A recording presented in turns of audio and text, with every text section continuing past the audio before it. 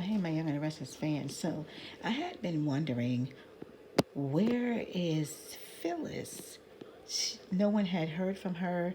Daniel and Summer had been calling and calling, no response. I know that we last saw her Valentine's Day when she was dreaming about her and Billy. And then I was thinking, hmm, wonder if Ian has something to do with this because we know that he is still alive and is out there lurking somewhere. Don't know how he was able to get out of that hospital from the morgue, but yeah, that was my prediction. Is does Ian have anything to do with this? Is he responsible for no one hearing from Phyllis? Then we find out that Sharon is also missing. So on Friday's episode, everybody is looking for Sharon. No one can find Sharon.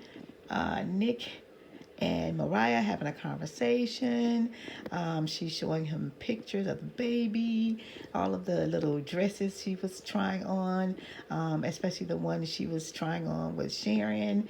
And then he said, "Isn't she a bit late?" I guess she was supposed to meet them for breakfast or lunch or whatever time of the day it was. And he says he's going to call her. He tried to call her, got the voicemail. Mariah calls the office. They say they haven't seen or heard from her. Been texting, calling, no response. Chance walks in, overhears the conversation. He goes over and he says, "I just overheard what you guys are saying. Are you saying that Sharon is missing? Is missing?" And Nick says, "Well, no one has heard from her." And then he gets his look on his face. Nick's wonder, "Well, what are you thinking? What's wrong?" Tells them that Phyllis is also missing. Go figure. So then they're tripping. They like, "Oh my God, what?"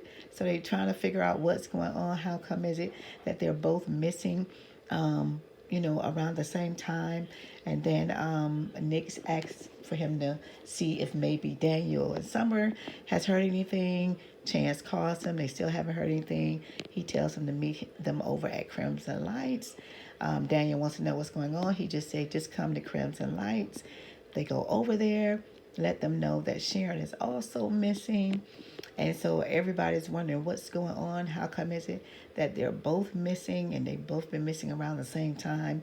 Of course, Mariah goes off with her crazy stuff talking about, oh, Phyllis did it and Phyllis done kidnapped her, did something to her and all this stuff. So they trying to calm her down, and because Summer went back after her, and I don't blame her. She should have went back after her for coming up with that dumb idea or whatever.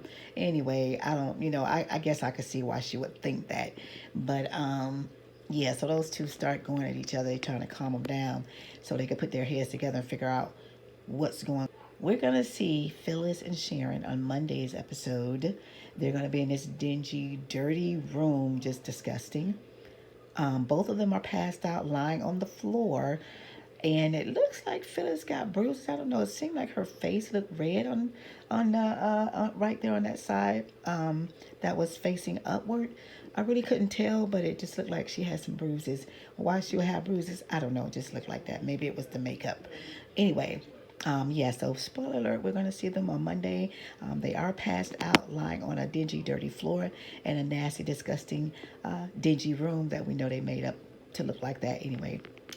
Like I said, I've been thinking, is Ian behind this? Because we know that Ian is not unalive. He is still alive. And we all know that they came up with that story, the Newmans and Michael Baldwin and all of them came up with the story to say that Ian confessed to everything just to get Sharon off. When we all know he did not confess to anything, to any of that stuff.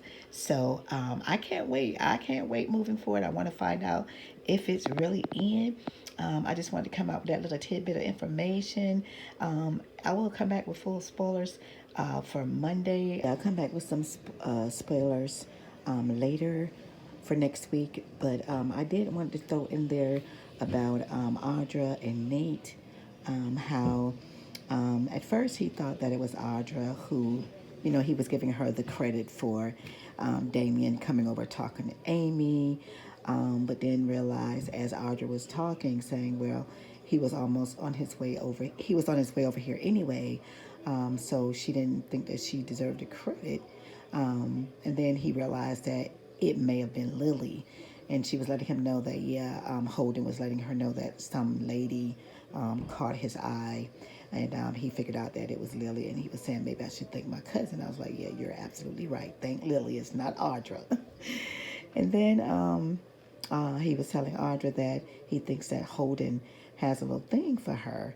And she was like, what makes you think that? And he was like, I'm just paraphrasing a little bit, guys. I don't remember the exact words, but he was saying the way that he looks at you, it looks like he has a little thing for you. And then when he got up to get ready to walk away, she called him back, and sat him down, said she had something to tell him, and I was wondering if she was going to tell him, and she did. She told him that, that her and Holden had a past, and she told him everything about them when they were in California, how, she was working for Tucker, and, she was going on an assignment, and something happened, and he saved her. So, yeah, but I think I don't know, guys. I don't know. I just think it's a little more to what Audrey said, because the way that Holden acts around her and the way he's trying to, get her to